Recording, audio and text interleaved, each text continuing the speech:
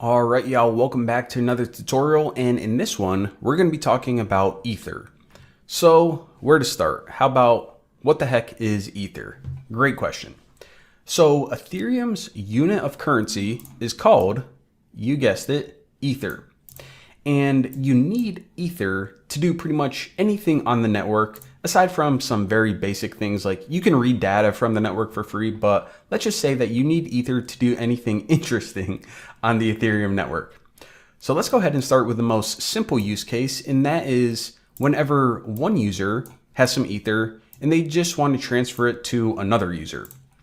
So say that this user just got done watching the new Boston tutorial on Ethereum and they thought it was pretty cool, decided to buy, let's see, 1, 2, 3, 4 Ether right here. So they told their friend about it and their friend thought it was pretty cool too. So this person decided to transfer 2 Ether to someone else's account. Maybe their friend, their mom's, their brother, sister, whoever. So what they can do is issue a command to the Ethereum network and say, hey, I want to take 2 my Ether and send them to someone else, another account. So the Ethereum network can do that. And after this, it would update their balance from 4 to 2, and it would update the recipients from, let's say they had 0 before, so 0 to 2. All right, so in this way, it's basically just acting as a transfer of money, or in other words, you can view Ether as a standard unit of currency. Now, I do want to mention that even in these simple transfers of Ether, it is going to require the user to pay a fee in Ether. And that is because even though it's pretty simple math, just saying, deduct some Ether from this account and add it to this account, what this user is essentially doing is instructing the Ethereum network to do some amount of work. And all of these computers, all of these node maintainers, they just don't want to, spin up their servers and do everything for free. So the Ethereum network does require a small fee even for these simple transactions. Now, another thing that I want to mention real quick is that you'll often hear people saying things like, hey, send me 5 Ethereum, or hey, I'm going to send you 3 Ethereum. Now, Ethereum is technically the name of the network. So this isn't correct terminology, although, I'm guilty of using incorrect terminology a lot.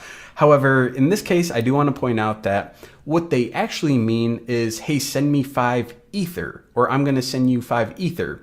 So Ethereum is the name of the overall network, and Ether is the unit of currency used by Ethereum. Now, aside from just simple transactions of Ether from one person to another, Ether is also needed for dApps. Developers, they need Ether to actually create these smart contracts and pretty much issue them or deploy them to the network. And another thing is that Ether is also needed to execute these smart contracts or run them whenever they are on the network.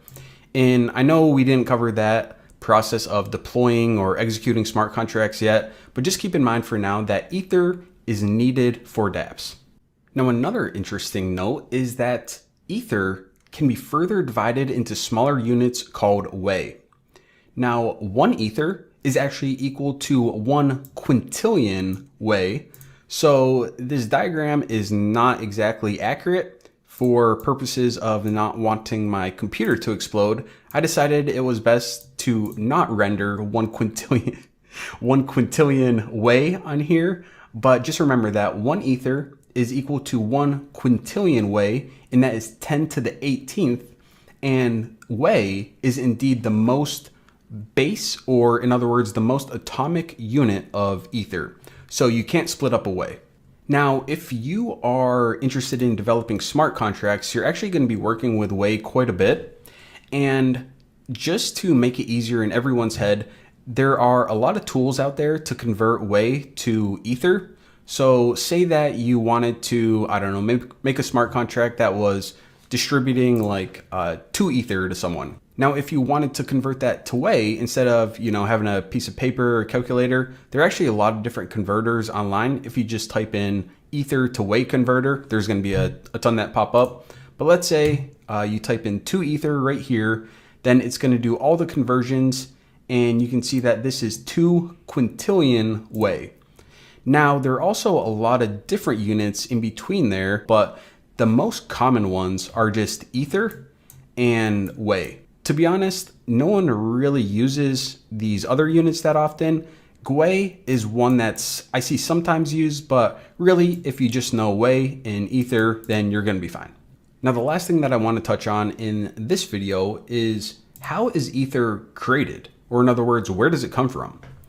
So whenever new Ether is created, it's distributed to the nodes in exchange for their help in participating and securing the network. However, when new Ether is created, it is not just split up and distributed evenly to all nodes. The new Ether is distributed to one node at a time through a process called mining.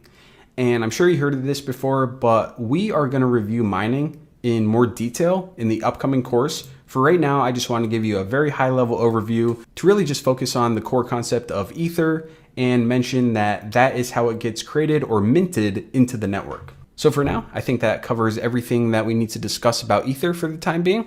So thank you guys for watching. Don't forget to subscribe, and I will see you later.